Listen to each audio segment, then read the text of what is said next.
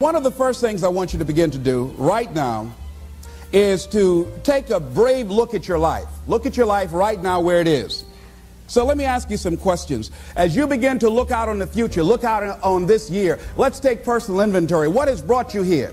As you begin to look at the things that took place this past year, did you get out of it what you wanted? Did you achieve the goals that you set out to achieve? What part of your life or what things did you do that you don't want to be a part of your life? Are there any people, as you begin to look at your life and look at where you want to go and what you want to do, are there any people that might be some dead weight that you need to think about unloading? Because what you have found through that relationship, that it's more toxic than it is nourishing, it's more debilitating than it is empowering, and so now you've got to make a decision. See, many of us won't be able to move forward because we're not taking true inventory of our lives. As you begin to look at your emotional, your spiritual, and intellectual development, how many books did you read? How many seminars did you attend?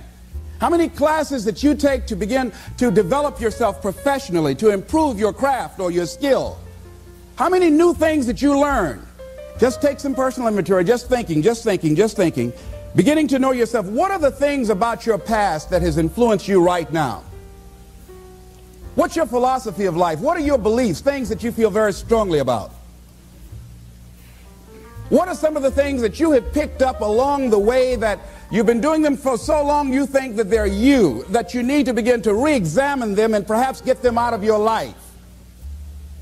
See, a lot of things we're doing, we do unconsciously because we picked it up somewhere in life. A friend of mine out of Chicago named Rhea Steele, I was at her house to have dinner, and Rhea, who was born in Chicago, has a tremendous southern drawl. After I met her mother, I said, where did Rhea get her southern drawl from? She said, my sisters came up from Kentucky, and they used to be her babysitter. And she picked it up while in their presence. And Rhea still has that drawl. What is it that you've picked up somewhere in life that might be a liability to you? What fear, what beliefs that you're holding on to tenaciously that's no longer allowing your life to work? That's not enabling you to produce the results that you want to produce in your life. And you're still clinging to them.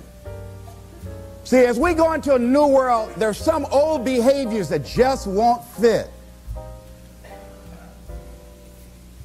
What are the events? What are the circumstances? What are the people that have shaped you? Just thinking. What are the things that you need to let go? Some things that have cost you pain, that's stifling your growth and development. What are those things? As you begin to look at your profession or your career, what is it that you need to do to begin to upgrade your skills or your knowledge, to continue for you to be competitive in the marketplace? As you begin to look at yourself and ask some of these questions, what is something that you're good at? Are you living your passion? Are you living your dream? What do you regard as your greatest personal achievement? What is the one thing that other people can do to make you most happy? Let's think about these things. What would you do if you had 1 year to live and guaranteed success in anything you decided to do? What would that be? What would you do with your life if you had it to live over? Getting to know yourself. What is one value, one deep commitment from which you would never bulge? What is one cause that you would like to become involved in to make a difference on the planet? I work in the Cook County Jail in Chicago. It gives my life a great deal of joy and fulfillment. Have you found something like that in your life that you could enjoy doing, working with people? I have a friend that's working with physically handicapped people. She said it's been the most rewarding experience she's ever had. She used to be a constantly depressed individual, always feeling sorry for herself. It has changed her life. She's a grateful person. She's found something that she's lost herself in. What is your biggest setback, failure, or defeat of the past year? What is it about you, if somebody really knew, they wouldn't get into a relationship with you?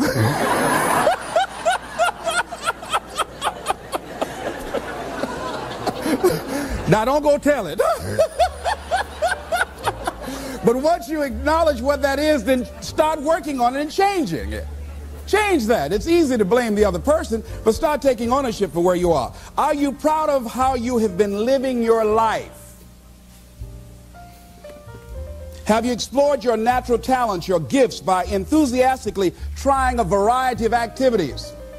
Ladies and gentlemen, a lot of us have so much talent and abilities, we just put them back on the back burner, or just left them aside someplace.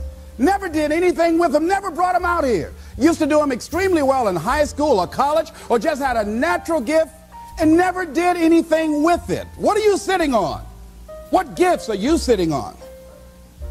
Have you resigned yourself to a life feeling that nothing can be done to change your future or your circumstances? Have you been afraid to try something different because you're afraid of how people will react to you or what they will think? Those are some of the things that I suggest that you begin to answer yourself. Now, here are some things that I suggest that you begin to look at working on to develop your character. Some things that will give you some personal strength. Webster says character building activities. He says character, the pattern of behavior or personality found in an individual or group. Moral strength, self-discipline, fortitude. That's what's going to be required in order to begin to manifest your greatness. Now, looking at yourself, one of the things I'm suggesting you look at, what is it that you need to be in the process of doing more of or less of? Like being more direct. So I used to have a problem of not telling people what I actually thought because I didn't want to hurt anybody's feelings. Saying no without feeling guilty. More focused. So I used to be the jack of all trades and master of none. Used to do a lot of things. One year I decided to do one thing well. I looked at all of my talents and I decided the strongest one, my ability as a speaker, that's the one I'm going to focus on. But I'm capable of doing a lot of other things. But only when I decided to focus did I begin to reap the rewards of my talent. And then after you do that, you can begin to expand and use the other talents that you have. Deciding to keep your word. If you just decide, I'm going to keep my word. If I say something, I'm going to do it regardless. Being more considerate.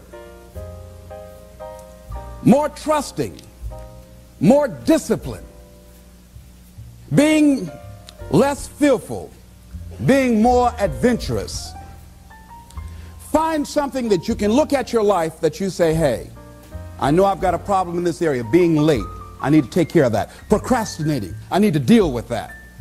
Not taking care of business, being seriously not serious. Creating an imbalance in my life where I'm spending more time looking at television or having social fun and not spending enough time working on me. See, most people, ladies and gentlemen, spend more time working on their jobs than they spend working on themselves. They work harder on their jobs than they work on themselves. And whatever we achieve in life, whatever we create, whatever we're able to manifest comes out of the human mind. Now, I want you to think about 5 things that if you had the courage to do them, it will give you a feeling of satisfaction and self-respect. Think of 5 things that if you had the courage to do those things, you would feel a tremendous feeling of satisfaction within and self-respect. Take the time to write those things down, whatever they might be to you. It might be in your personal life. It might be in your friendships, your family relationships. Might be in your business. I was negotiating with a friend of mine that I admire a great deal. And this person went back on their agreement. And I did not challenge them on it. Number 1, because of my admiration for her. Number 2, because I really wanted the business. And I think she sensed that. So I didn't want to seem too picky, and I was nervous about it. And I was cowardly because I should have said, listen, that's not what we agreed to. I should have called her on that. But I didn't want to look bad or to appear to be negative or risk losing the business. Look at 5 things that if you had the courage to do those things, that you would do those things. A lot of people say, well, I've been like this all my life. I just can't change. This is the way I am.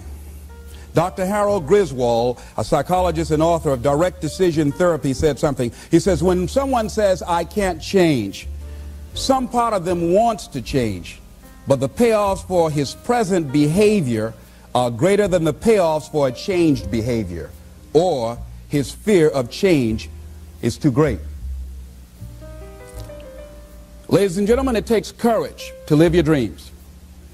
It takes courage to manifest your greatness. It takes courage to decide to live, to decide to bring out all of your talents and abilities, to decide to stretch out, to decide to take a chance. It takes courage to be happy, just to be you. I saw a friend who I hadn't seen for a long time. Her whole personality has changed. She was an extroverted, assertive